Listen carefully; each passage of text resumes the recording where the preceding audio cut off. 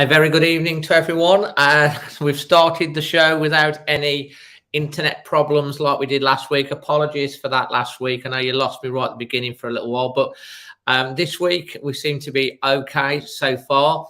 And we've got some great guests coming up in the show, as always. We've got lots to talk about because, of course, we've got the two matches since we last met. We've had the Arsenal defeat 2-1, late drama, 95th minute. Defeat to Arsenal on Thursday night at the Emirates. And of course, we had that performance yesterday down at the London Stadium where Wolves fell to another defeat, 1-0, both to European rivals.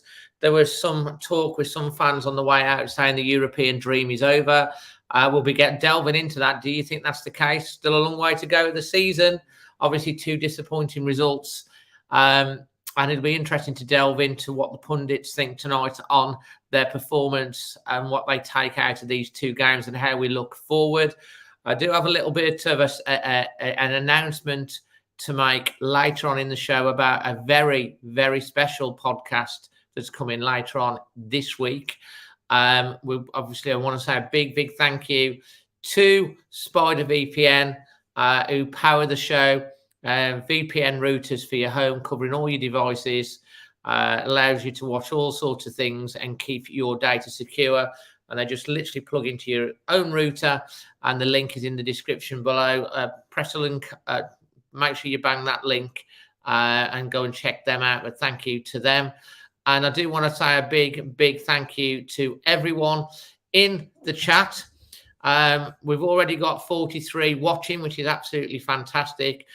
We have a new football prizes competition to win a Pedro NETO signed authenticated shirt, which I'll give you some details on about it in a little while.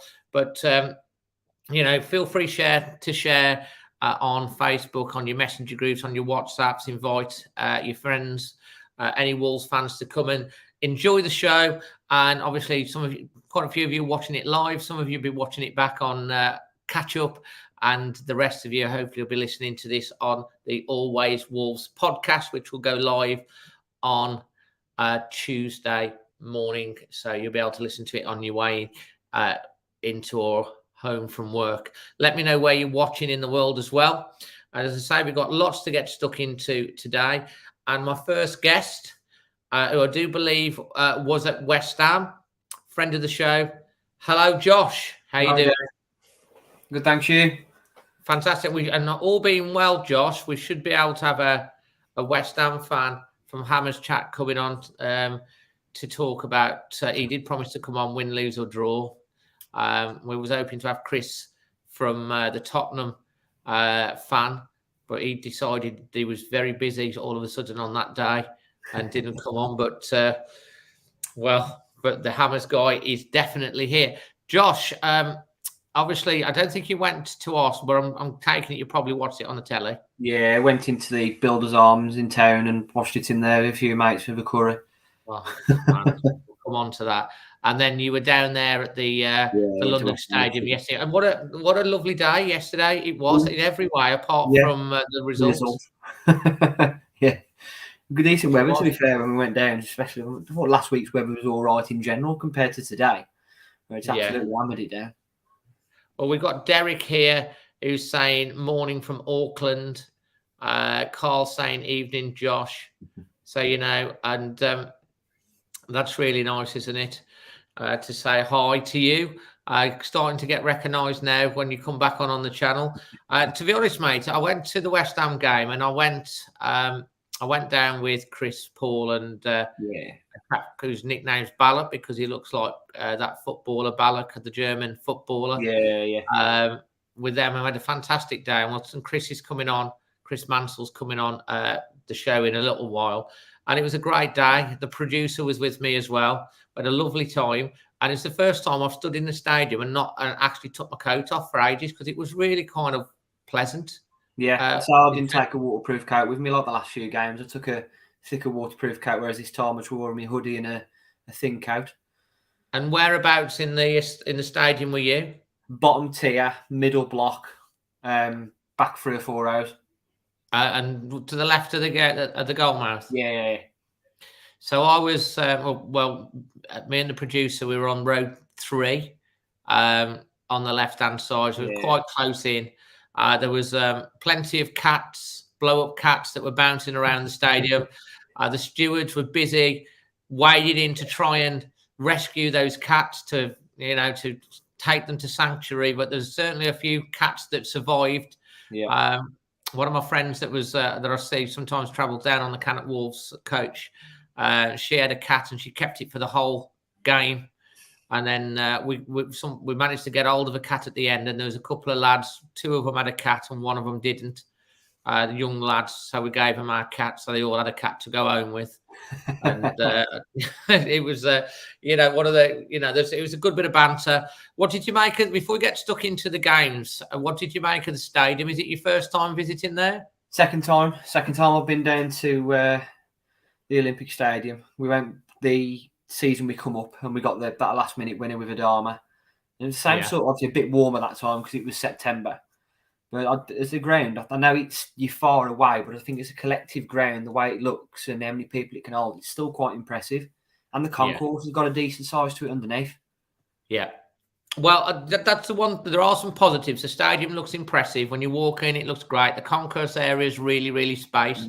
There's plenty of toilets as well. It's not like some of the older stadiums, but I'm not so sure about the atmosphere inside the stadium. And we talked about it on our post-match reaction. And if you've seen it, Paul said all of this, but wasn't very impressed with the actual atmosphere itself.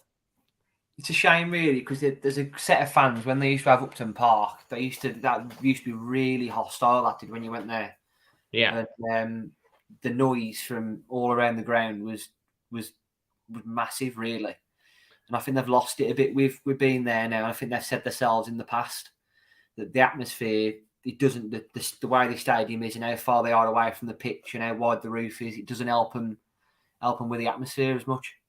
No, well, it was obviously designed as a athletic stadium, and they've turned it into a football stadium. And it is an impressive stadium, and the facilities are good, but I don't think it helps with the atmosphere. Let's take a look back to Thursday night, Josh. Arsenal, you were down at the good old Builders Arms. Is that in Lanesfield? Just between Parkfields and the Wolverhampton Ring Road. Yeah, well, Jake here is saying it's in quietest game I've watched in a while. Even the commentators were saying it was eerily quiet. I take it there was plenty of Wolves fans in that Builders Arms. Yeah, there was about four or five tablefuls, and then there was just this one table to our right, where there was about 4 Wolves fans and 1 Arsenal fan. So that went down well at the end. Of course, it all started so well. Yeah, first 20 minutes, first 15, 20 minutes, I thought we went at them like we've done the last few games. We've gone in early and gone at them, capitalised on their mistake, and then after that, it was just 75 minutes of backs to the wall. I know, and to be honest, I thought we were going to, when we got to half-time, and it was the 81st minute, and I've been to the Emirates a few times over the years, and I thought the atmosphere from the Arsenal fans was the best I've heard it. Yeah, I say you could hear it loud and clear on the coming through on the speakers on the telly. And when we went down with was it the 2-2 draw the other year when we went down, and it was eerie then, but you could hear it. It was definitely different atmosphere from what we could hear on the telly. And I think that's a sign of where Wolves are now. That it was such a big game for them against Wolves. And of course, their first goal was a good goal, well taken. Yeah. But we did have chances, and then obviously the finish, the end, it's a sucker punch in it. Yeah. I mean, when he's crossed it, if it doesn't hit Sarr's hand, it flashes. Yeah, back across the ball. I think Saka was there ready to nod it in if it went across as well, though.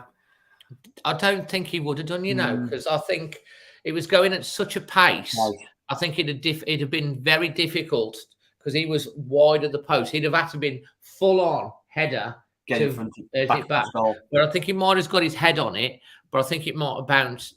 It would have hit him and gone. I think it'd have been difficult to have got it back across. I mean, we'll never know. I mean, it hit Sarr. Sarr's been brilliant for us. It hit the inside of his hand. It's got in. You You know, he's been brilliant. We had some chances. Raul missed one at the end of the first half with a header again. Has he scored a header this year yet, since he's been back? I don't think he has.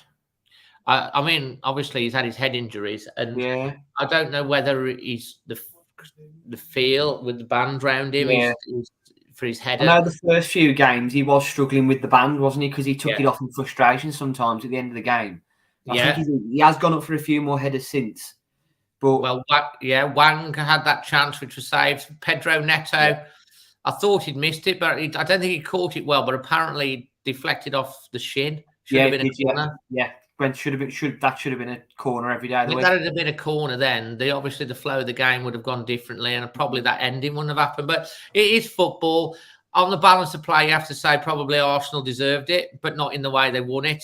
Yeah. And then we're looking down. You went down to West Ham. Obviously, you were in the front tier, halfway back. What did you make of the game, mate? What did you make of the team selection to start with? I thought the change were a bit weird. I looked back at it. I'm sure Marcel played the game against them at home, so that sort of made sense. But the way Aït-Nouri's been playing as well, I think it was unlucky to drop him. And then I thought he should have gone with a midfield three, especially the way we've been playing with it. Do you know what? I actually went with the midfield three on my pre-match, on my preview. I thought away from home, we've done well with the midfield three. Tottenham, United, we didn't start like that with Arsenal. I thought we made the changes too late to go to a three. In that one, I thought, again, a midfield three. And we never really, in both the Arsenal games and in the West Ham game, we never got a grip of the game. We never took any serious control. Never imposed ourselves. No, we didn't. And although we had 14 shots to their 13 and 60% possession to their 40%. It didn't feel like that. No. It didn't feel like that at all. Felt like the gameplay was, as soon as we got the ball, it just felt like it was broken up again straight away. And we were guilty of giving the ball away a lot against Arsenal, and it happened again, and they pressed us, and that's what we did so well against some of the other teams. And it was disappointing. I thought it was a big opportunity for the likes of Fabio, for the likes of Trincao, for the likes of Hoover, and there was another one that came in, Marcel. Yeah. And I thought the only one that came out with any major credit for me was Fabio Silva. Yeah. Go on. I don't think you can fault his effort. He was he was making the runs, he was getting shots away, he was chasing everything, he was trying to hold the ball up, but he was feeding off scraps. It was it's as if, I've said it a few times now, when he's played, it's as if for me he needs someone there with him that can play with him and bounce off him. And we just don't seem to have it at the moment. Well, Silva said, Stuart Kelsall saying Silva wasn't the problem. We didn't create enough. What are your thoughts on Trincao? I usually like Trincao. I really do. But I thought yesterday he was a bit non-existent. He just didn't take the game at all yesterday. I just thought we were carrying a bit. Yeah. I mean, he's played for us 20 times now, and he's got undoubted ability, no doubt about that. But he just doesn't seem to. It just doesn't seem to give us anything. Yeah. I don't know if he scored or assisted in the Premier League. One assist, if that. Yeah, and Hoover, is he a right wing back, or is he more of a right back? I think if he'd have played the midfield three, I think Hoover may have had a better game than he did. Yeah. But he was another one. I thought we carried him a lot. He's had a good few games when he's played. I mean, we were on about it on the couch on the way back. The last 90 minutes he played, I think, was United in the lockdown season when Rashford scored that last-minute winner. Well, yeah, another one. It's stung us a couple of those this year. And that's where I took out the team selection. I thought, okay, we played on Thursday. Raul did look absolutely cream crackers, to be fair. Pedence, had been playing really well. I think there was an argument to start Pedence and have Trincao come on. I don't, unless Pundit wasn't fully fit. Yeah. Neto obviously is still coming back, so they're still nurturing him. But Wang, I don't think he did much either in this particular game. But when you brought on Neto and Pundit just after the goals, and then Raul, we started to look a lot better, but it was a little bit too little, too late. I just thought they pinned us back from the start. I just thought we couldn't get the fullbacks far enough forward. And as soon as they did, it was coming back across because we had now one. I think Trincao and Huang were coming too far in. Do you think Europe's gone now? As some I don't know, say. Because we know what the Premier League can be like. I mean, you look at Southampton, and the pundits are all suddenly talking about Southampton possibly getting a chance of getting into Europe after their win the other day. So if they've still got a chance, well, they're a few points behind us, and we're 5 points behind them. Yeah, exactly. Sorry. Yeah, I was going to say we're 8th. I don't think Europe's gone. I think probably Champions League is gone. Yeah. That was a tall order anyway. Yeah. Yes, we've lost to Arsenal. Yes, we've lost to West Ham. I think if we'd have got a point out of yesterday, it would have been great. But we've got Crystal Palace at home next week. We've got potentially what you'd say was more winnable games coming up. Yeah. No game at this stage of the season's easy because there's teams scrapping for everything, and even the mid-table teams down in the mix, haven't we? We've got all the teams down in the mix apart from Palace. Yeah, so they're not going to be easy games, but the games that you'd on paper. Yeah, and we really have to go again against Palace at the weekend. Yeah. So to finish off with your part, mate, do you want to give us your man of the match and your performance rating before we get on to Chris? So, performance rating for the game yesterday. I've been thinking about it today. I was going to go 4, and I'm still thinking about going with a 4. A 4? Possibly a 5. It was. I think you're going to be. You can go 4.5 if you wanted to. I'll probably go 4.5 then. 4.5. Okay, so that's a 4.5. And your Wolves man of the match? I'm going to have to give it Fabio because I just think, although we obviously didn't score, he got his chances, but I just thought his effort was there compared to some of the other players. Yeah. It had to be Fabio for me. So Fabio's the pundit's nomination out of a bad bunch. Fantastic. Yeah. Everyone, make sure you got Fabio because don't forget we did the People's Man of the Match at the end of the show. Mate, thank you very much for coming on. I'll take it you'll be at Palace. Yeah, be down at Palace. For that. So let's hope we can get back on track, get re-energized. We've got a whole week, and hopefully we can go again next weekend. Thanks for coming on, mate. Appreciate it, Josh. Cheers, Dave. Thank you very much. Cheers. So that's Josh, who basically is given a 4.5, and his man of the match was Fabio Silva. Now, next we have a proper gentleman that's coming on. This is Chris. Hello, Chris. Good evening, David. It seems like only yesterday I saw you. Yes, because it was only yesterday.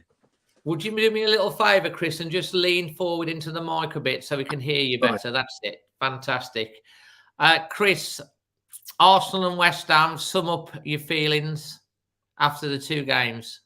Well, as you know from yesterday, very disappointed. I thought West Ham were very poor. And they were there for the taking, and especially the second half. We just didn't create anything. And as Josh just said, Fabio ran his heart out again, and I feel really sorry for that kid. He's trying so hard. He had 3 great attempts. And unfortunately, Kurt Zouma probably had one of his best games I've ever seen him have. I think because he had his long hair, he thought he was a cat, and he was taking close attention to him. Yeah, I mean, you got Souček and Lanzini, and I didn't even know they were on the pitch. I mean, did Lanzini actually touch the ball? We did. Well, I don't know. And we've lost 1-0 to a team. Antonio Kilman had him in his pocket, didn't he? Kilman had a decent game. I don't think he had one of his best games because he did lose possession a little bit. We've got Adrian Richards says, "Evening, Chris. Get the chocolate biscuits out." That's a good idea. But yeah, he was probably one of our better players. To be fair, I think Southgate was in the thing. Obviously, with Max being one of his parents being Ukrainian as well, you can't question how he was dealing with everything that's going on in the circumstances. I think he had a magnificent game. You get the same from him every week. He's just solid, isn't he? And his touch on the ball and his passing, no one ever takes it off him, do they? He's just brilliant. You think he's lost that. He doesn't lose it. Carl Whitehouse says Lanzini only had 6 touches in the entire game. Yeah, I can believe it. And I didn't see any of those, so I must have missed them all. But I was on row 63. I know, mate. I know. And, I must admit, it was a real pleasure again going down with you at the weekend, and we had a good banter. The weather was decent. It was really good. Look forward to this one. And again, thank you very much to Lisa for all the food. Yeah, it's a pleasure, mate. I mean, 4-0, was he playing left back or left wing? Because he was virtually left back, because Hoover was pushing so far up the pitch, but there was no end result from him, was there? No, I mean, that's the disappointment. I thought we were very pedestrian and very passive, and we weren't snappy. We didn't close down well enough. We were lackluster. We lacked energy. I know there was 4 changes. You're taking Pundit out the team. You're taking Raul out the team. Matinho out the team. We lost Semedo through injury. Agnori probably was cream crackered from Thursday night. So he made the changes, and you would hope that the players that came in would have that hunger and energy. And we just seemed so disjointed because of all the changes. We never really got going until we brought Pundit on, and then Neto, and then Raul later on, just after we conceded that goal. And then we started to look like a team. I mean, we had so much of that ball in the first 15 minutes of the game. And Wang, I think every time he got the ball, he ran 2 paces forward and then about 5 back every time. Why can't we just commit people in the first 10 minutes of a game like that? It was like he was frightened to take anybody on and lose the ball. Are they playing? I mean, that was my criticism of Hoover. Whereas you've got Aitnori and Semedo, they're very attacking wing backs. You saw Aitnori against Arsenal in midweek. He took 2 players on, got the ball in, cut the ball back to Neto, who didn't catch it very well, but it would have gone in if it hadn't have deflected wide. Yeah, absolutely. 1-1. And Hoover did. I only saw Hoover do that once. But then he hasn't played for a while. You know. And he's still young as well. He's learning the game. He's a young lad. Marcel on the other side, probably did a little bit better, a bit more experience. But we didn't really. I didn't feel like we hurt West Ham. I don't think we really put a proper glove on them, whereas they definitely put a glove on us. I mean, we got away with it a little bit early doors. We had that one that hit the post. The goal, I mean, Soyis went walkabout. He basically was drawn to a man, lost his man, and left the space, and it was stretched out his legs and in. If Soyis had held his ground, it would have cleared. And we don't make many mistakes, but that was a mistake for the goal, wasn't it? I mean, I have to say, Declan Rice is a class footballer, isn't he? Oh, he is a class. Declan Rice is. Will he be at West Ham next year, though? We'll ask Gio in a bit when he comes on from Hammers Chat. I'm sure he can throw some light onto that for us in a bit. Yeah, I reckon he wants to go to Chelsea. He's been a boyhood Chelsea fan, hasn't he? He was there as a lad. So, is he a boyhood Chelsea fan, is he, Declan Rice? Yeah, absolutely. Oh, right, interesting. There is a lot of rumours going around about that. He was there from about 7 or 8 years old with Mason Mount, wasn't he? They're good friends, aren't they? So I would say he's definitely not playing for West Ham next season. But so what do you take out of what positives do you take out of the Arsenal and the West Ham games, Chris? Positives from the West Ham game, I would say, is Fabio Silva's effort. Yeah. When he starts scoring goals, and one day he will score a lot of goals. It might not be for Wolves. Is he going to get the chances to do it? But I can't fault his attitude. He's on the bench every week. He comes out. He really wants to play. Yeah. He wants to be, doesn't he? Oh, absolutely, mate. I mean, I feel what you're saying there. And what other positives can you take? Oh, I was struggling to even name a man of the match yesterday after the game, wasn't I? Well, mate, we were always really struggling. We were all struggling, actually, weren't we?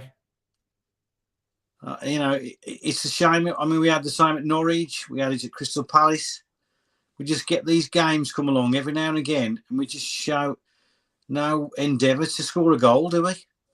Well, we have failed to score on 12 occasions now this year.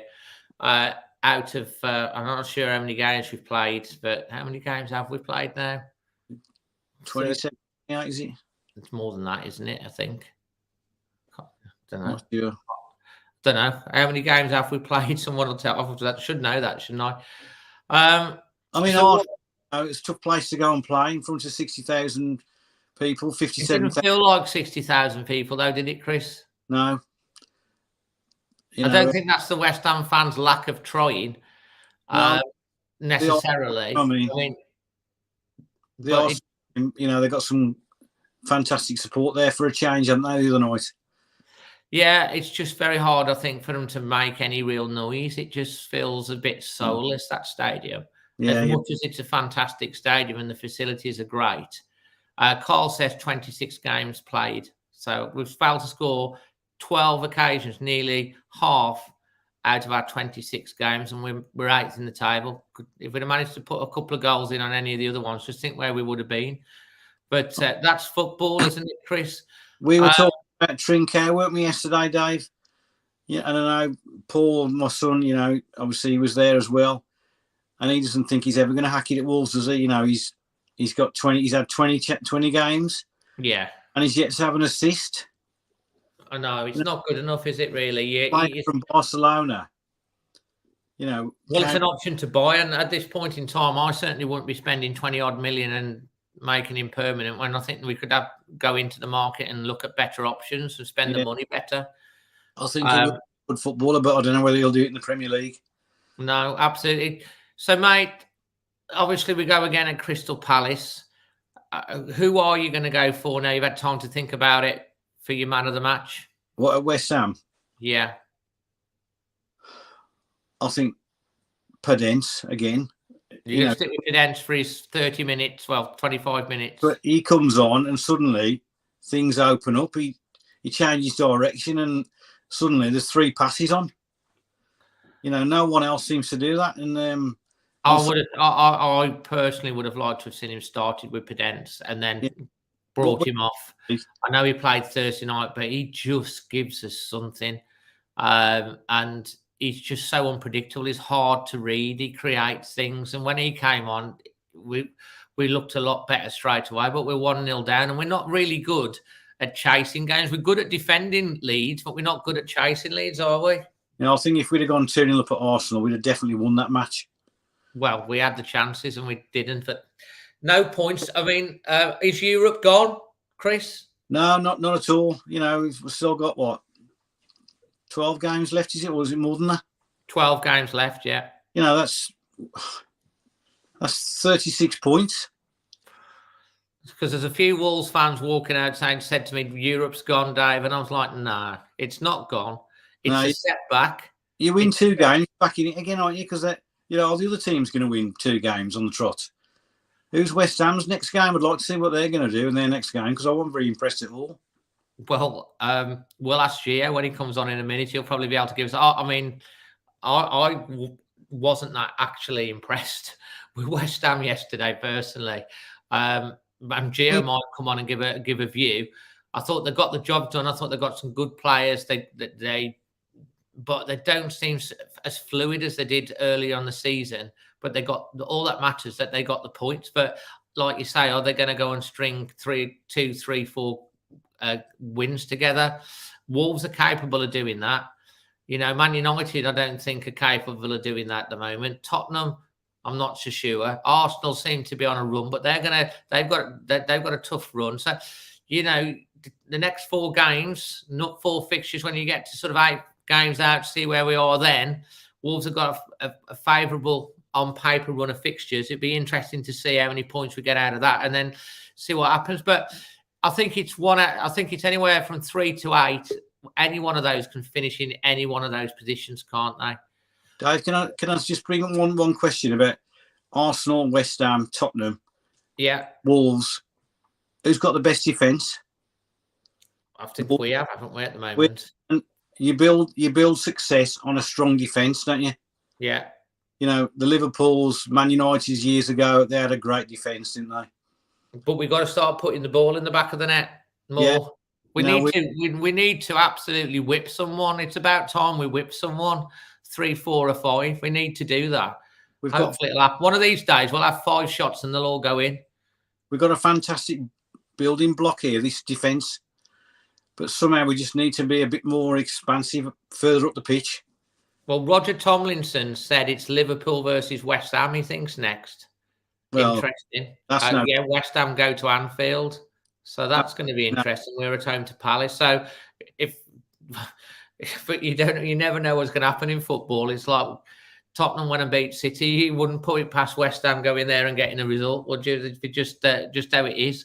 Chris, finally to finish your performance rating. 5. You're sticking with your 5. Brilliant, mate. Thanks for coming on, pal. It's been my pleasure and lovely to see you, Dave, and see you again very soon. Yeah, looking forward to it. Cheers, pal. All the best. That's Chris.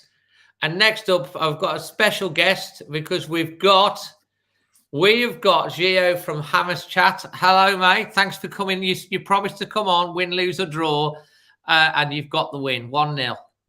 Yeah, I'm a happy hammer. Yesterday, I'm still a happy hammer tonight, Dave. I was expecting to come on having got beat. You know, as I spoke to you during the week, I feared the worst yesterday, actually.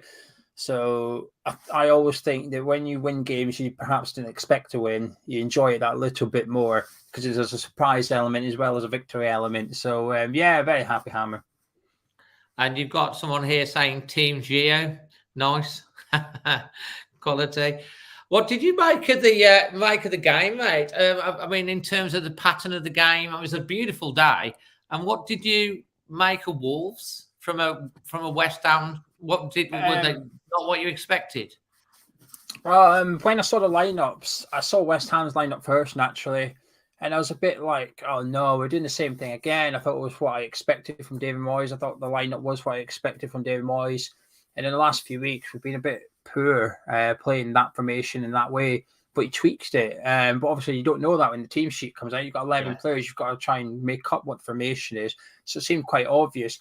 Then I saw the Wolves 11, and I got a bit optimistic then, Dave, because I thought, hang on, I thought, what is Bruno doing here? This helps us.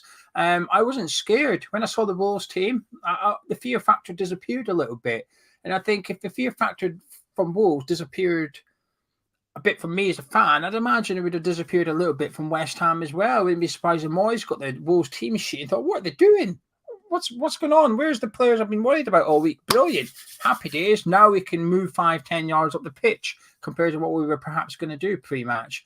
I thought we were brilliant yesterday. I've been listening to yourself and your guests and stuff, and you're obviously coming from a Wolves perspective. But from a West Ham standpoint, I thought we played well. I thought we deserved the win. I thought we were unfortunate not to go in at half-time ahead. I thought that cross to Bowen, not quite. Antonio made Jose Sa make a really good save. I thought we played well. And then Moyes tweaked the formation a little bit. Sort of in possession, Fornals would almost become a left winger. It would be back to the 4-2-3-1.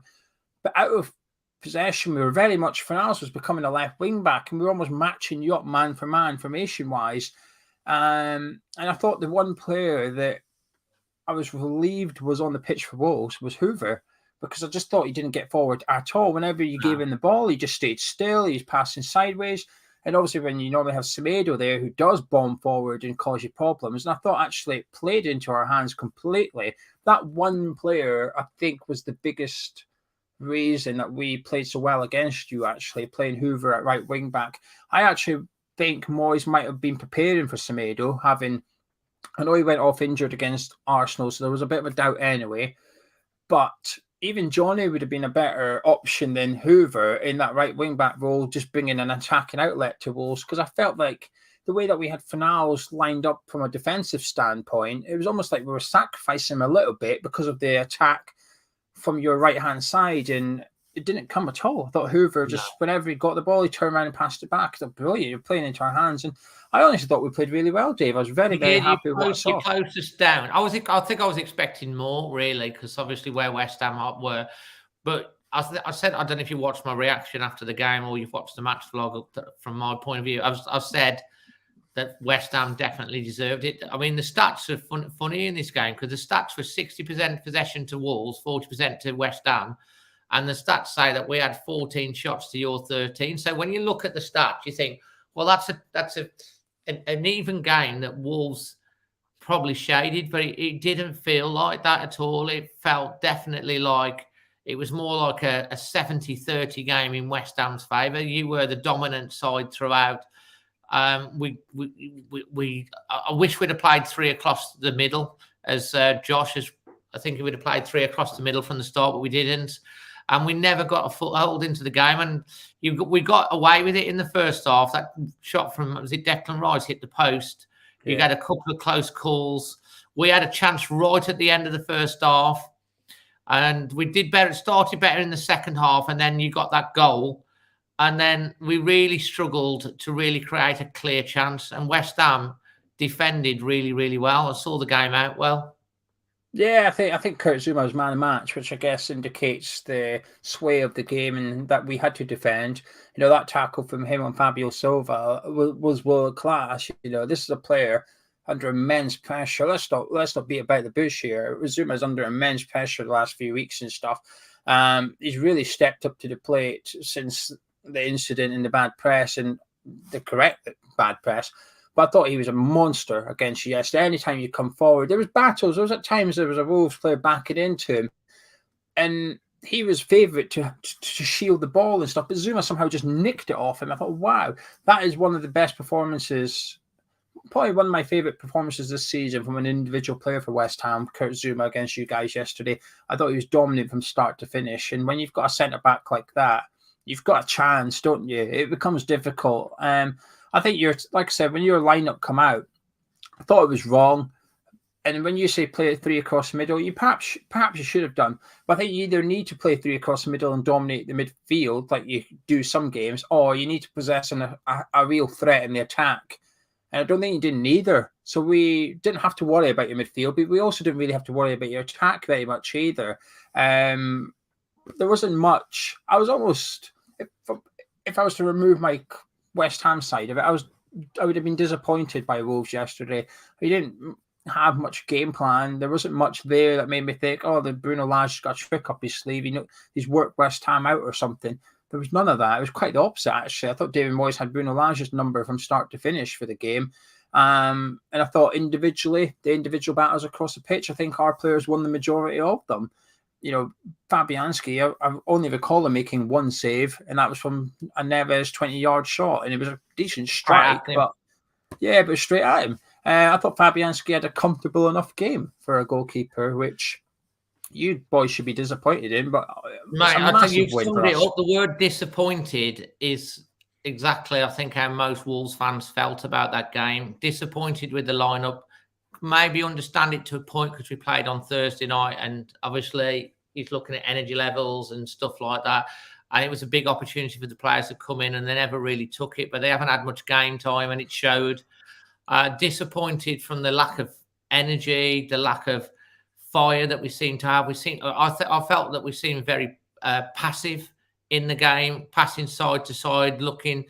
We didn't really zip the ball about too much until later on in the game when we were chasing the game. It's like when you scored, it was almost like, oh, right, we need to sort of have a go now. And then we sort of, I think, fair to say, the last 20 minutes, you were probably thinking, can we see this out? Because Wolves were definitely getting into the ascendancy for that last 20 minutes, but it was way too late. I think Chris said we had our first shot on target, something like the 86th minute, something daft. Yeah, the problem is that when the more you threw on the attackers, when Bruno Lage just threw on all three attackers, it felt quite one after the other.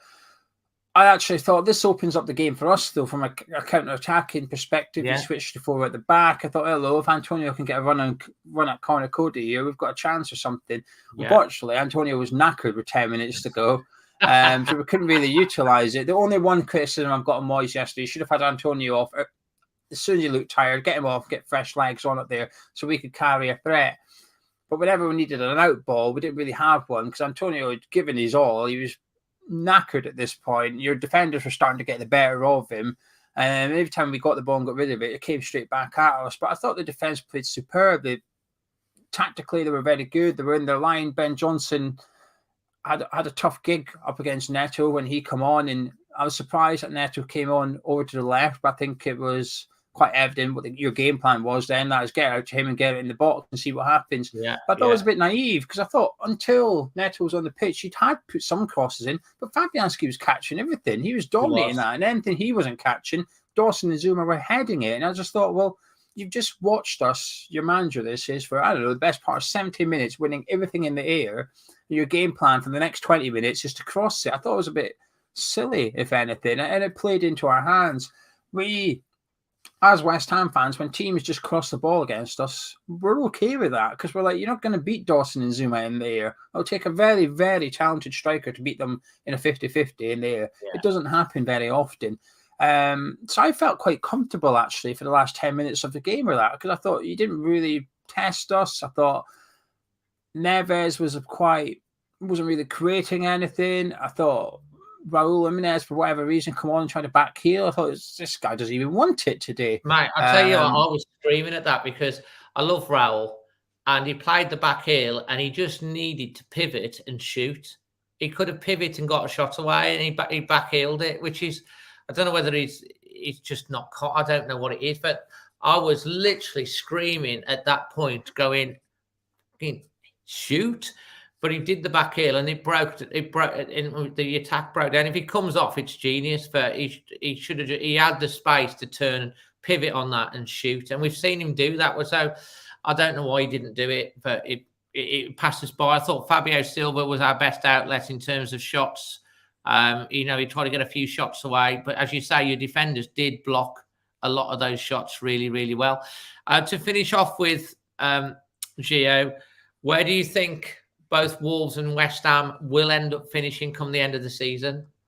I think yesterday's win for us probably cemented a top 8 finish, I think. I don't think we'll finish lower than 8th now. I think 8th is as bad as it's going to get for West Ham. If you told me at the start of the season, you'll be in the last 16 of the Europa League, you'll be in the 5th round of the FA Cup, and you'll be guaranteed top 8 football with 12 games to go, I'd have bit your hand off for it.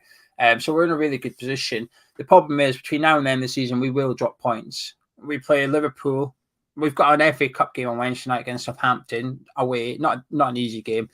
Then we're away to Liverpool at Anfield in the league. And then we've got Sevilla away on Thursday night, followed by Villa at home, followed by Sevilla at home. We've got 7 games in 22 days. It's going to take its toll on us. We will drop points. But I'm okay with that, Dave, because I felt going into yesterday's game, I felt Wolves, Southampton and Liverpool, I thought Moyes has got 3 games to find something, because we hadn't been playing that great recently. Again, we dropped points against Newcastle, against Leicester. It doesn't sound like the end of the world. When you look at the league table, you think, what's West Ham fans more than that here? You're getting a point. What's the issue? But we weren't playing that good. There was a lot of individual players not playing well. Souček, funny enough, the 2 players that combined to score against you were the 2 in particular from the fan base, and myself. I thought these guys are not up to it at the minute. They need a rest or something, but we can't rest them.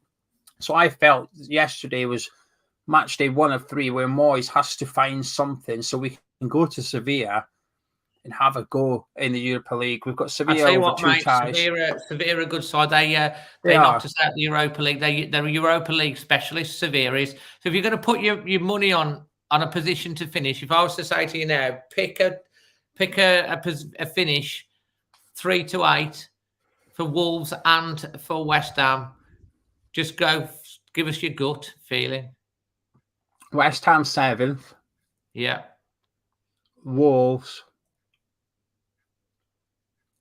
5th. 5th. I do.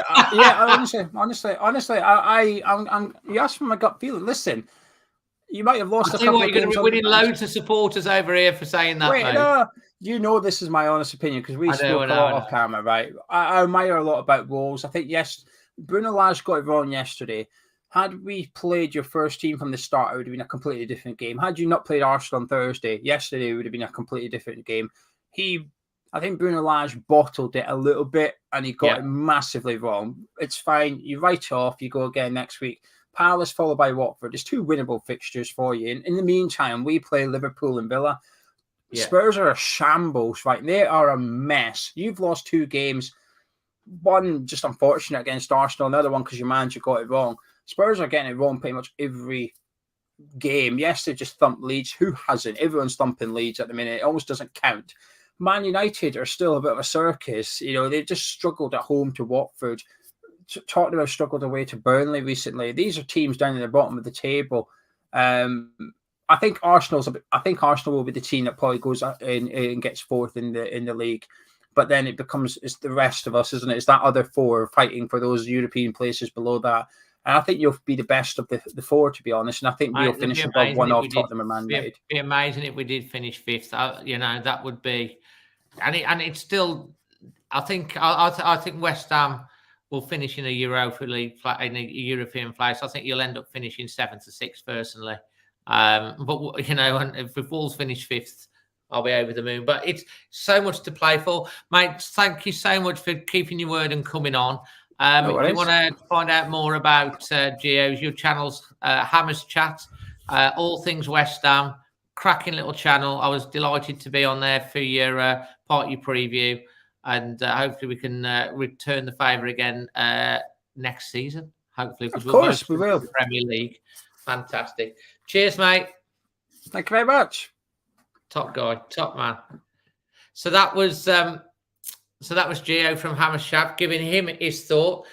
We've got Thomas, then Steve. Thomas, come on live now for us for a second. But before we get any further, I just want to talk about the opportunity to win this fantastic prize from Football Prizes, the Pedro Neto signed shirt, authenticated and framed, up to 99 maximum entries, even if there's only, 5 entries. The draw still takes place on Thursday at 12:30. You get yourself in the draw, and it includes delivery as well. The link is in the description below, but I will put it, if I can, copy it from the from here. I will copy it and post it into the chat for you as well. Go and check that out and get yourself. If you love Pedro Neto, it's a brilliant opportunity to win that over on Football Prizes. That brings us back to young Thomas. Hello, mate. How are you? I'm good. How are you? Absolutely delighted to have you back again. Mate, did you go or was you watching it on the telly? I watched it on the telly and it was frustrating. It was, I think I saw the lineup and I knew it just wasn't going to happen as well as we wanted it to happen. I think that the right side was the issue, unfortunately. I had a lot of promise for Trincao when he came in. I think a lot of us did. And I think yesterday he really disappointed. And if we end up doing a swap deal for him and Adama, I think that's a waste because I'm sure Trincao can have a good future. He's got all the quality he needs, maybe a bit more strength. But if we swap him for Adama, I'd rather have 30 million to spend in maybe a striker because that's where we've struggled. And I think the clear difference yesterday as well was seeing how much we miss Semedo because he goes forward and defends so well. Don't you think that's it's quite irony? I mean, I'm coming back to your points and kick in a second. First of all, before we get on to that, Jazza, there's absolutely, you can enter it even as a West Ham fan. It's a nice prize, isn't it? Thomas, I agree with you on Trincao because the jury is very much out for me. The cost of him, in a way, I'd rather have, like you say, the 29 million, and they can go and invest that because I can't see how we can currently afford the 25 million or however much it is to bring him in permanently. I just don't think he's the value's there at the moment. Definitely agree. What was the other thing that you said just after that? About how much we miss Semedo. Semedo, yeah, absolutely. Now, the irony is Semedo was getting so much stick last year, and this year he really, really has nailed down that place. He's defending, he's going forward, he seemed to have learned so much. Bruno Lage has worked on him, and he's been such an influence, and we really did miss him. Really have missed him. And maybe that'll be the same for Trincao. Maybe he'll come better second season. You know, he come from another country. He came from Barcelona as well, didn't he, Semedo? Yeah. And I completely agree. Do we know how long he's going to be out? I don't think anyone knows at the moment. But it's disappointing to see him go out. 'Cause, like you said, he's having a great season. He got so much criticism last season, which I when he came in, I was excited. The thought of this guy who has made a couple of mistakes, a few mistakes at Barcelona, but to have, you know, a guy who's played consistently at Barcelona come in. Yes, he wasn't the best last season, but this season he's shown that he is a very good defender and attacker. Yeah, I'm a big fan of Semedo. I mean, I always thought last year he was some of his point of going forward. It was more like his positional play and his reaction at the back.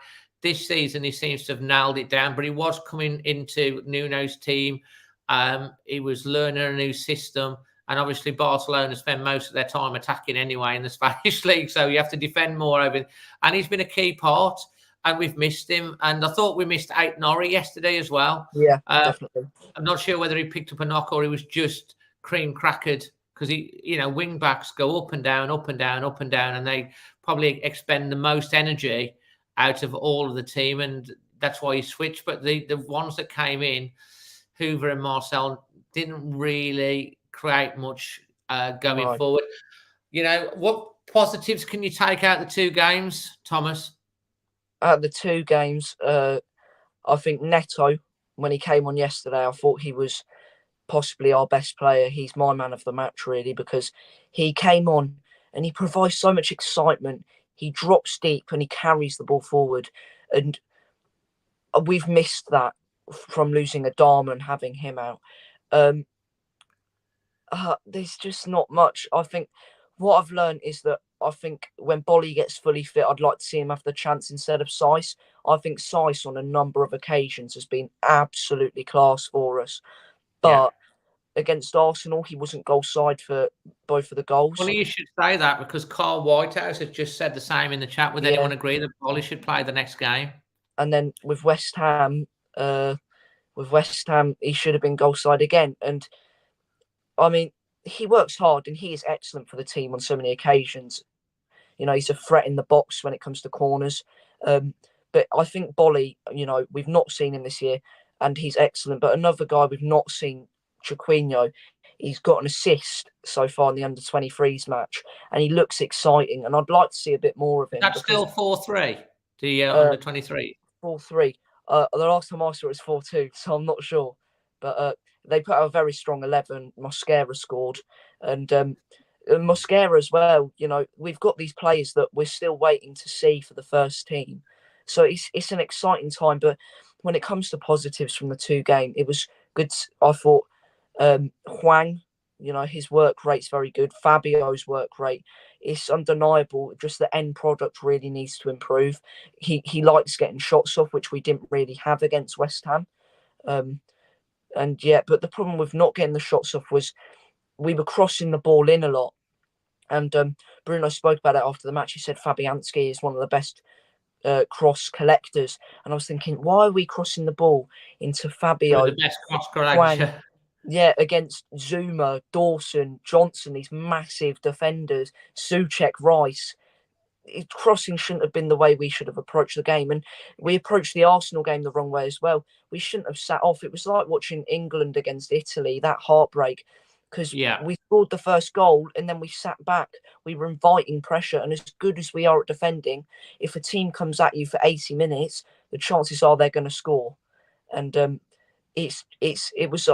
Arsenal was a really hard one to take because we'd worked hard to get a point and to see, you know, their fans celebrating. And I mean, they deserve to celebrate because they've had a great season. But it just shows how, you know, hard we are to beat if they're celebrating immensely. You know, we are fighting to be one of the top teams. But the most worrying thing for me was, I mean, I don't know about you, but I didn't think the West Ham game was a great performance. I don't think it was a good performance. No, I mean, I didn't think it was a good performance. I mean, have you watched? Did you watch the reaction after the game from us? Not yet, but a reaction I did. I gave it a 5, Thomas.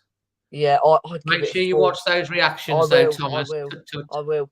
But the most worrying reaction I saw, and I don't think you'll agree with this, was Bruno when he said, "I think it was a good performance. They did everything I asked for." I was like, if that's a good performance, where have the standards gone? Because it was so slow going forward.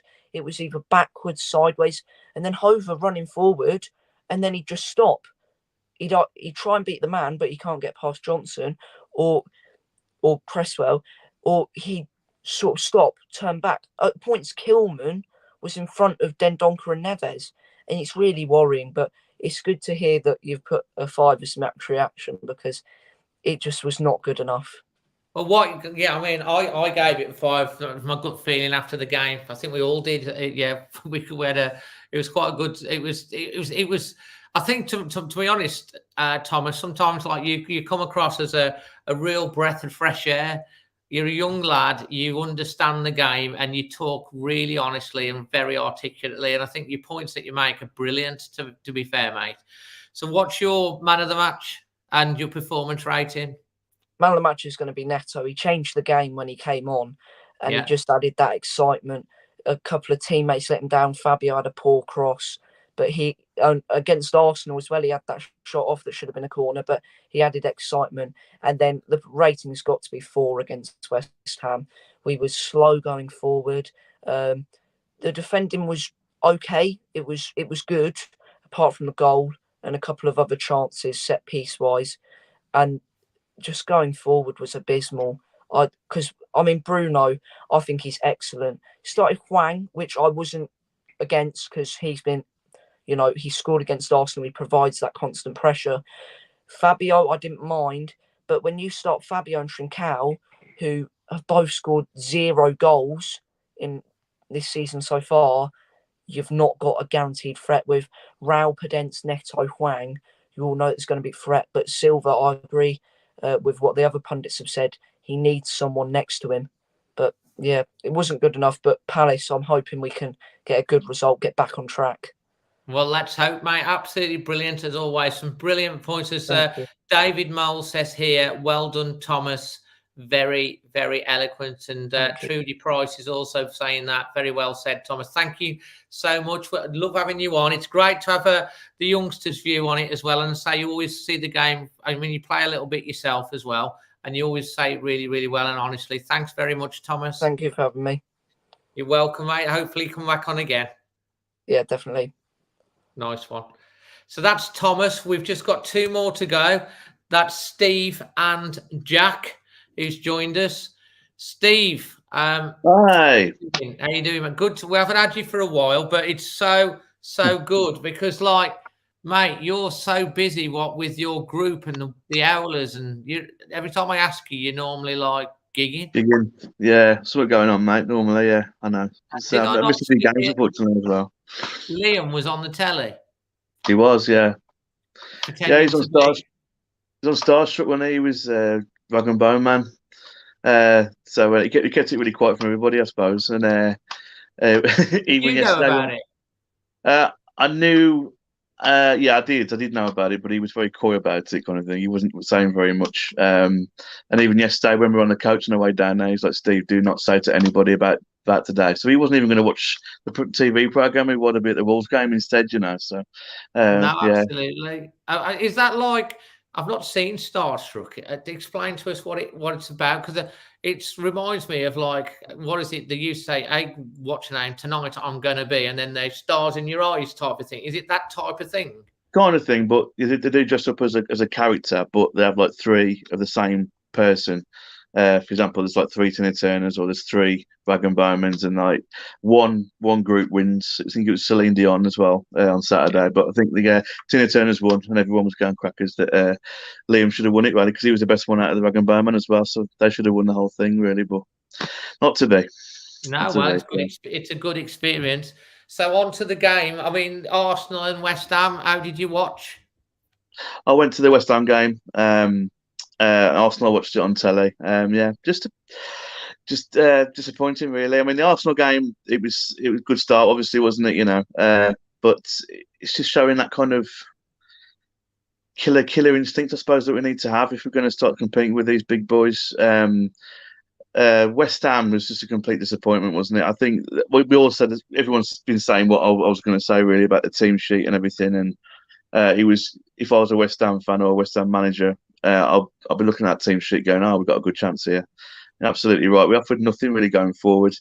The sideways passing was frustrating. I thought Hoover didn't have a good game. I felt sorry for a few players because, you know, it was the tactics didn't really work either, as far as we were concerned. But a lot of players had poor games. Just that bit going forward. Silva played well. I was quite impressed with Silva. Yeah, I must admit, I don't think you can fault Silva for effort. He was making the runs. He was trying to get shots away. He never gave up all the way through. Yeah. You know, he was putting it about. He 100% effort. He just needs that goal. And they defended. He got a couple of shots away, blocked. One went just over and just wide. But I think the 2 wing backs, we missed Semedo and Ait-Nouri because they're such attacking wing backs, and I don't think Hoover and Marcel are quite there, are they? With the same quite level. Yeah. So Marcel, is he 33 now? I mean, it's just lacking that bit of pace, I suppose. Got taking a few players on, sort of needed, didn't we, really? But I did think we were relying on them too much as well. We were relying on them to do something rather than pass it through the middle, which I was crying out for at the West Ham game, just because I know Juan got a few good runs he was making, and he wasn't getting the pass. It was too late, and we're just relying on these crosses to come in. And West Ham dealt with everything that was dealt to them, really. That's what the West Ham fan that was on Gio said, and what Thomas was said. He was just like crosses, and they were just like dealing with it all day long. It was like we kept doing that, and it was. We did try to play a couple of 1-2s on the edge of the box to come through. They didn't quite come off, did they? We never had a clear chance the whole game, did we? Really? No. You say that we did have one really clear chance at the end of the first half that fell to Wang. Was it to Wang that he was on the edge of the box and then he just hit it wide? You know, he tried to pass it in and he passed it about 2 foot past the post. That was probably our best opportunity, I thought. It was, yeah, it was. But we had chances on the edge of the box. What you said before was right. That little 1-2 outside the box, little turn. One of the players just had a little go and turned and shot. We could have scored, no problem at all. Well, I think Raul was guilty that late in the second half. He did the back heel. I thought he had the time and space to pivot and get a shot away, and he played the back heel. And that, I think, he pivoted on the spot a little bit like Dave, didn't he? A little bit like Pepe did. Against us at Arsenal for the equaliser. If he'd have done that sort of pivot and got the shot away, I think it would have caught the keeper, and I think the defence. I think he might have had a chance, but it didn't happen. It was a very flat performance, wasn't it? Really, very lackluster. Would you say? Yeah, it was. Energy. Everything about the whole day, really. Thursday night affected that. Yeah, maybe, but at the same time, you've got to put out a stronger team. And that's you're playing against teams that are around you in the league. You know, you've got to show a bit of fight, really. And that not playing. I think Neto, when he came on, he was just a bundle of energy, wasn't he? You know, he was frightening their defence. Why he couldn't start the game? He's clearly fit enough, isn't he, to start? Give him a go. Pedence as well has been. I do get some players who've lost them.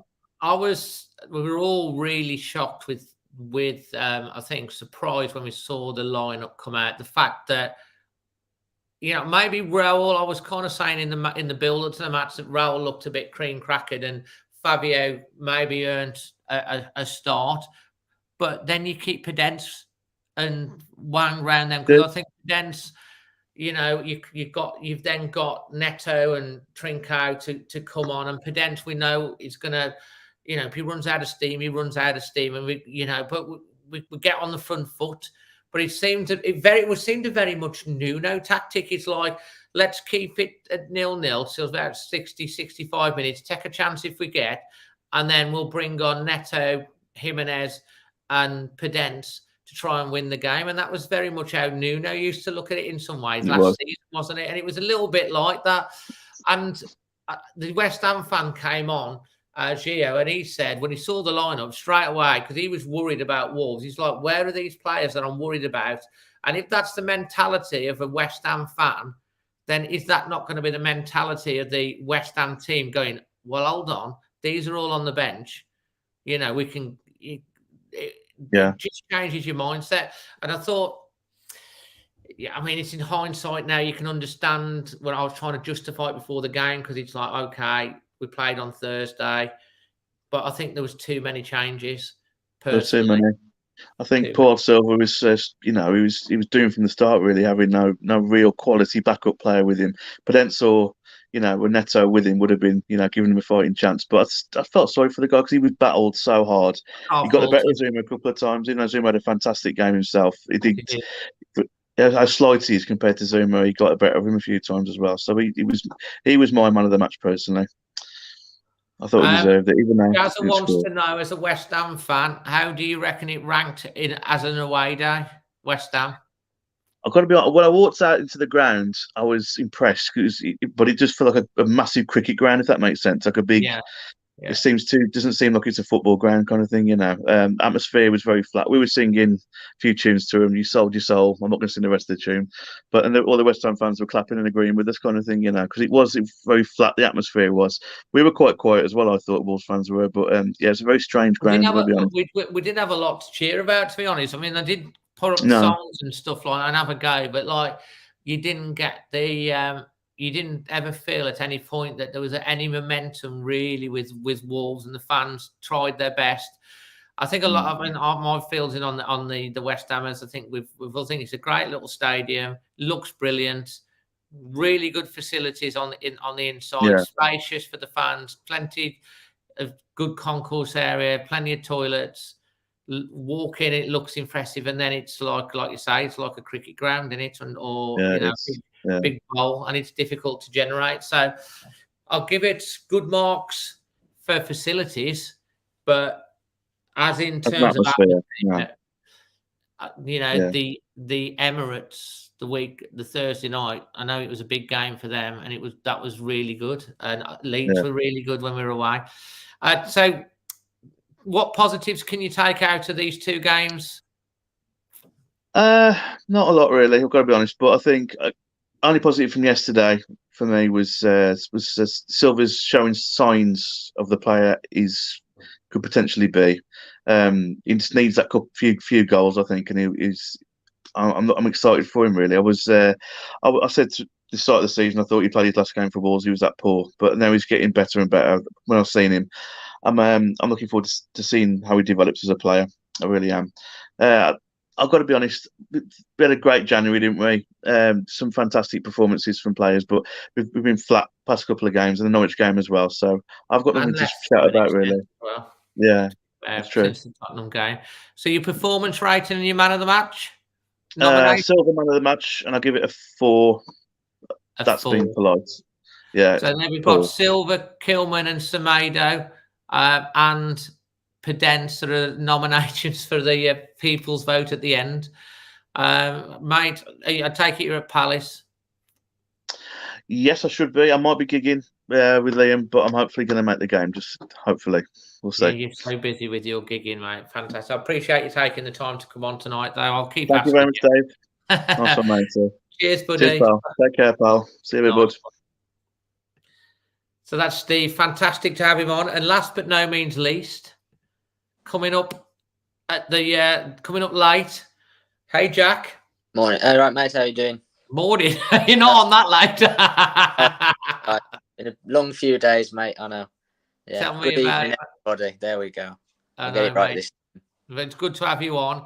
We're going to kick off before we get on to the Arsenal and the the West Ham games, because you go to pretty much everything really. Anything to do with Wolves, you like opening up a paper bag. You're there, aren't you? Really, Absolutely, you really are. But like, you went to watch the young lads in the FA Cup quarter final, FA Youth Cup at Molineux. Tell us a little bit more about the under 18s, mate. Well, for anyone who's kind of not seen them or not followed them, let me tell you now, we've got some fantastic players coming through, some real talent coming through, and you can kind of see. We talk a lot about sort of the Fosun investment and things like that, and people don't always see it because we're not spending £30 million on players and this, that, and the other. But the investment in the academy is starting to really show through. The group that they're sort of bringing through now, this under 18 group, there are some real talent in there. And some of them are homegrown Wolverhampton lads. You know, Nathan Fraser's from Tetnall, Tyler Roberts is Wensfield, I think he is. And then you've got the goalkeepers from Iceland. One of the centre halves is from the Netherlands. So it's a real nice group. And they're very well coached as well by Steve Davies, who some of you might remember was Crewe's first team manager, and I think Leyton Orient as well. Yeah. So he's got a huge amount of experience as well, and he's bringing that into the academy group as well. So it's real positive. It's a real feel-good story. A full professional contract today. Yeah, he's just turned 17 last week, I think, Fraser, and he obviously got a really good goal on Saturday. Took it like a seasoned striker, really. Sort of went through on goal, waited for the keeper to make his move, and just rolled it under his legs. It was a really good finish, and he's just turned 17, which is when you're allowed to sign sort of professional forms, and they've obviously got him tied down to a contract, which is great stuff. And Reece has just said the under-23s won 4-3 tonight. Campbell scored a hat-trick. Yeah, again, you know, the 23s, they're probably, I always say with the 23s, it's like a holding pen for players. You know, our best younger players tend to go out on loan now to Grasshoppers or to sort of Blackburn, QPR, those ones in the Championship. And the 23s is kind of the under-18s just breaking through, or the guys who aren't quite ready to go out on loan. So I wouldn't read too much into the 23 results at times. But again, people like Chem Campbell, Luke Cundall's played a lot in there this year.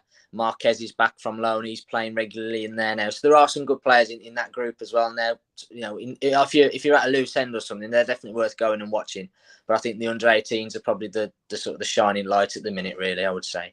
Well, was it 2004 or something, the last time we got to the semi-finals? 2005 it was, yeah. 2005, is it? Southampton, yeah. And so it's a long time. And it's a long time since Wolves won the FA Youth Cup. And, you know, tell us about the game, the Brighton game. Was it 3-1 in the end? It's 3-1 in the end, yeah. Wolves went 1-0 up early on penalty. Tyler Roberts, the winger, got through on goal, chopped down, penalty. Ollie Tipton, the centre half, the captain, stepped up, bottom corner, great penalty. You know, Brighton got straight back into it, 1-1. If I'm being really harsh, goalkeeping error. He sort of came for the cross, stopped halfway, and he was in no man's land, and they just sort of looped the header over him, and it was 1-1. You're thinking, oh, here we go. But they responded really well. Fraser got the goal for 2-1, went through on goal under the keeper, brilliant. Weathered a bit of a storm second half. Brighton came out, they were up for it. They made a substitution. The right winger they brought on had a real impact. It was direct, got at us a little bit. Got the third goal for 3-1, slightly against the run of play, to be honest. But that kind of made the game safe. And then there was a bit of game management towards the end, a couple of substitutions, a few players with the usual cramp and things, you know, when you got to 90 minutes, just to see the game out, really. And it was a professional performance, really, from such a young group. You know, the sort of, like I said, the level of professionalism in terms of seeing the game, that was something that you don't always expect to see at that level. So it was a real positive as well, because it would have been easy for them. And you felt if Brighton got back to 3-2, it would have been a real sort of nervous last few minutes. But they really let that happen. It was really, really good. Finish, wouldn't it have been a bit of a 3-2? Yeah, that's kind of what we do, isn't it? Usually we kind of coast in the game and you think, right, this is done. And then all of a sudden, oh, hang on a second, what's going on? But no, they saw it out really, really well. No, fantastic. And we should, I mean, I said to you before, we don't want you to come and report back on this, on the thing, because I think it's important for us to talk about these sort of things.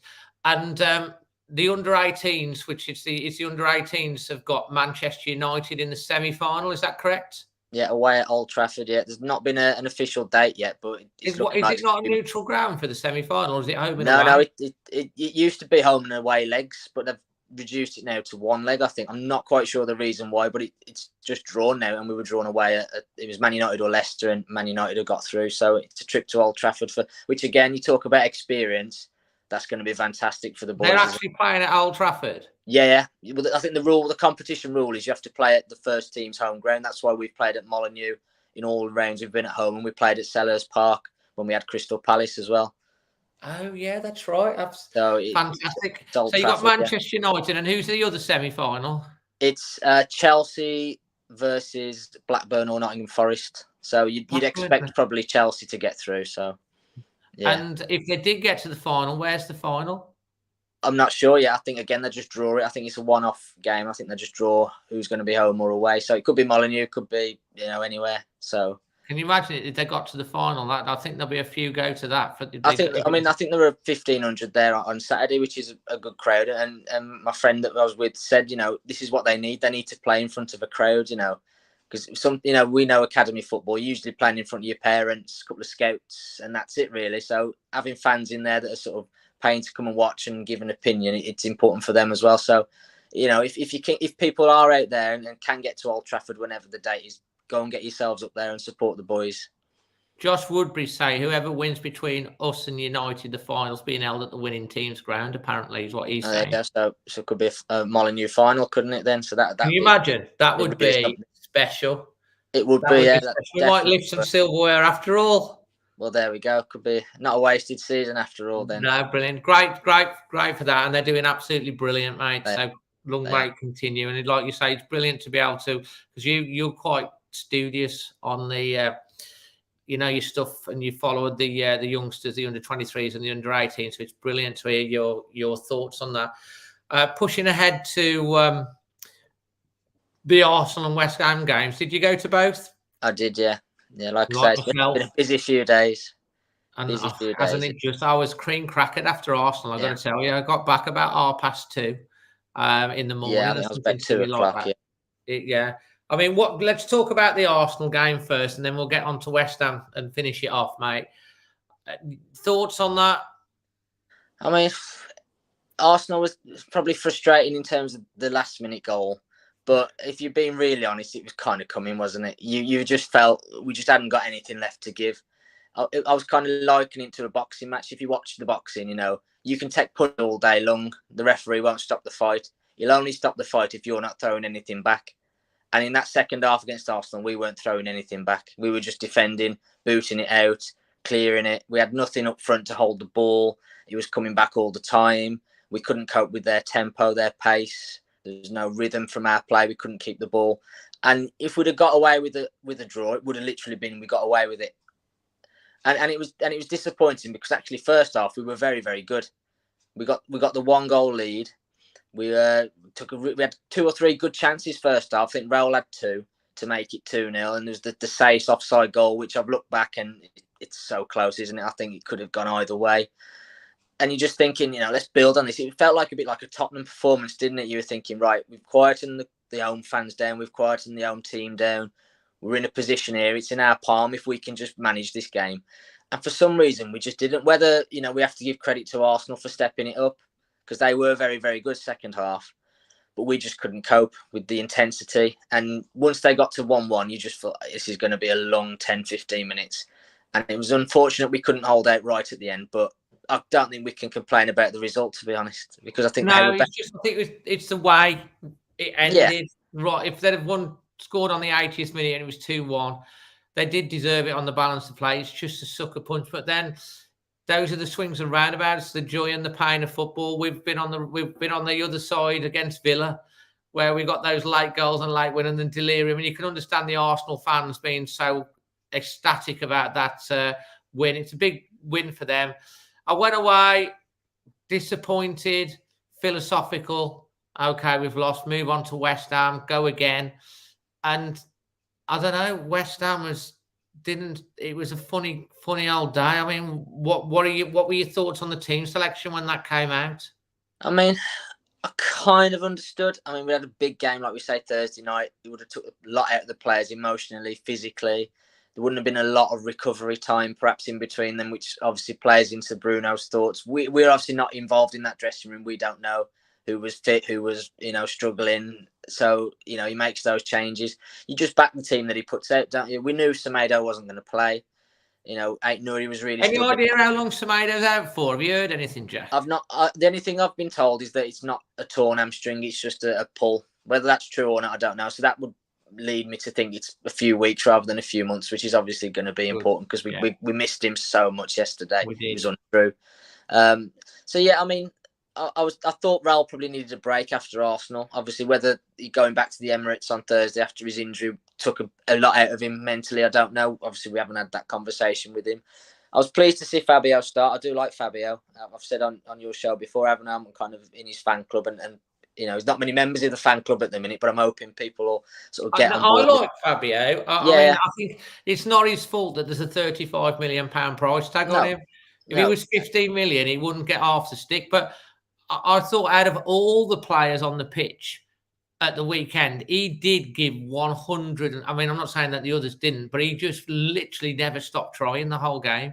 No, I thought he was probably our best player, really, Fabio, in terms of the impact on the game. I know Neto came on and had a real impact, and that was great to see. But, I mean, Fabio, again, you know, the game, the second half, particularly yesterday, is one of the reasons why you shouldn't read too much into stats. Because the stats will say second half yesterday, we had one shot on target. And anyone looking at it go, that's rubbish. One shot on target, what are they doing? But Fabio had at least 3 shots that were going in that were blocked. Yeah, they were. They don't count as shots on target, but they were probably better than the shot on target we had, which I think was Neves, wasn't it? That was the 86th minute, that our only shot on target was the 86th minute. Yeah, but the shots that Fabio had were probably better chances, and without the blocks from, I think, Zuma and Dawson. They'd have been headed in goal. They would have gone in, yeah. And actually, what was great about that, just talking about Fabio, the majority of the chances he had yesterday, he created himself. They weren't put on a plate for him by good play. He had to hold the ball up. He had to take a touch, find a bit of space. And he did it really, really well. He struggled with the physical side of it, which you kind of expect from him. He's not there physically yet, is he? But once the ball was played into feet, I thought he had a really good game. And I think that's one of the few positives we can take from yesterday. He kind of looked like a Premier League centre-forward yesterday, which, you know, he struggled with at times, hasn't he? Particularly last season, you know, he was sort of thrust into it into the spotlight when he probably wasn't expecting it, and he wilted a little bit at times. But he stood up yesterday. You know, it's a real battle against Zuma. I mean, his cats will tell you that. But you know, it's a physical battle, isn't it? And he stood up to it really, really well. And I think, you know, he got into it and he got stronger and stronger. And I was pleased actually that Bruno kept him on. Because I think it would have been. I thought, you know, at times, every time I looked over and I saw Neto coming on Pundit, I thought, don't take Fabio off. And he kept him on, which was great. And that'll do his confidence a lot, you know, to get the 90 minutes. So, yeah, that was one positive. I thought we did struggle with the lack of the wing-backs, both Aït-Nouri and Semedo. I thought the wing-backs didn't have the best of games. Obviously, we missed a bit of... I would have liked to have seen us gone with a 3 in midfield like we did at United and Tottenham personally, but it didn't happen. I thought he went to a 3 against Arsenal, but he went too late again to the 3 at Arsenal to shore up the midfield and try and get more control of the game. We seemed content to be repelling the attacks, and like 80 minutes, something's going to give. We got unlucky at the end. It is what it is. As I said a couple of times, a few fans as I was coming out of the game said, Dave, that's Europe gone. Your thoughts on that? I don't think so. I mean, like I've said all along, haven't I? Europe's probably not our ambition this season. As much as we'd love it, and we've all got on board with the songs, and you know, and we're getting excited about it. That's probably not our ambition this season. You know, with the money that Arsenal have spent, and Tottenham and West Ham and Manchester United, Europe's it's their be all and end all, isn't it? They've got to get into Europe, those teams. We're probably not in that position because we haven't invested as heavily in the squad this summer and in the winter window. And because we're on the back of what everyone was deeming a transition season last year, where obviously the manager's now moved on and we've had 1 or 2 changes in the playing staff. Europe's probably not our ambition this season. And that's not to say we shouldn't be looking to do it, because of course we should. We should be aiming as high as we can. But if we didn't finish in Europe, it doesn't make this season a disaster or a write-off or any of those things. And I think, again, we've just got to have a little bit of perspective sometimes. You know, if we don't finish in Europe, yes, we're going to be disappointed because of the position we've put ourselves in. But that doesn't necessarily mean it's been a bad season. You know, especially when you consider it's Bruno's first season as a manager in England, his first season at Wolves. You know, the coaching staff, it's their first season. one or two players have come in and it's their first season. And if you look at Semedo this season compared to last season, it's chalk and cheese, isn't it? So there's perhaps one or two players in the squad this year who are going to have a Semedo season next year and be so much better. Well, that's the hope if we keep Trincao. Well, again, you know, the thing with Trincao is he's just not up to it physically, is he? You know, you watch him, he's a fantastic footballer. He's got a lovely first touch. You know, some of his link-up play is really, really nice, but just gets bullied off the ball. And I think it was the first 30 seconds yesterday, he went up for a 50-50 and just got absolutely clattered. And you just thought, right, that's him done then, isn't it? Because he's not going to get up and go, I'll have another go at that. He's going to hide away, isn't he? And he's going to sort of duck out of things and sort of leave, sort of not quite go for it, which is what he does, isn't it? And that's kind of him, isn't it? We're not going to be able to coach that out of him until he develops physically. And he's strong enough to take the hits and get straight back up. So again, like you say, if he does join permanently in the summer, you've got to kind of hope he has a bit of time in the gym and you know, gets on the protein shakes and you know, gets a bit stronger, because there's a footballer in there. And I've seen some absolute drivel from some people talking, you know, he's a non-league level player, I wouldn't have him in the under-23s. That's rubbish. He's a very, very good footballer, but he's not physically ready for the Premier League and he's not physically ready for English football. And people could say the same about Semedo last year, couldn't they? And people could say the same about Neto when he first joined, and look at him now. I know, and he is an exciting prospect. We're going to ask you your performance rating and your man of the match, and then I've got a couple of things that I want to say before we get to the and an announcement before we get to the people's vote. So your performance rating? I'll probably go 5.5 yesterday. I mean, 5.5, and who are you going to give your man of the match to? I'm going to go to Fabio, just because I'm a bit biased, but I was really pleased to see him have a good game, so I'm just going to go with Fabio. So, guys, in the chat, you need to be putting down your votes from Fabio, from Kilman, from who was the other one? Pedent. And I think Neto was voted up there as well. There's another one. Drop it down. I want to say happy birthday to Katie, who's one of my members. Who supports the channel with a membership. It's her birthday today, so I want to say a happy birthday. And if you're interested in supporting the channel, then there's the membership link there, and you can sign up to be a member. That would be amazing. If you're enjoying this content, please smash a like on the video. Let YouTube know you like it. And the other announcement is this Thursday, we're going to have a mega live podcast, because we are going to be joined by the Athletics' Tim Spears live on the podcast. So all being well, that'll happen Thursday night. We'll get a good hour and a half live questions with Tim, and that'll be going live Thursday from, I think, about 7:30. So make sure you're subscribed and you got your notifications on, because you do not want to miss that one. And you guys will be able to come on in the chat, get your questions, and put your questions to Tim. And I'm sure there's going to be loads of things that you're going to be wanting to ask, because obviously he's the athletics journalist. He's been the Wolves reporter at the Express Star for many years. And that should be a good one, shouldn't it, Jack? That's going to be great, isn't it? Yeah. Tim's very good at what he does, isn't he? He calls it how he sees it, doesn't he? Which is kind of all you can ask for in a journalist. He pulls no punches, does he, when something needs to be said? So yeah, I'm sure he's got quite a lot to say about what's been going on this season. Yeah. And of course, he'll obviously have a little bit more insight onto some of the things that are going on and Fosun's plans and stuff like that. So I'm sure that's going to be intriguing. And all being well, hopefully that will be going ahead on Thursday night, unless there's a change of plan in the meantime. I'm just going to be waiting now just for the next 60 seconds before we get the nomination from the producer.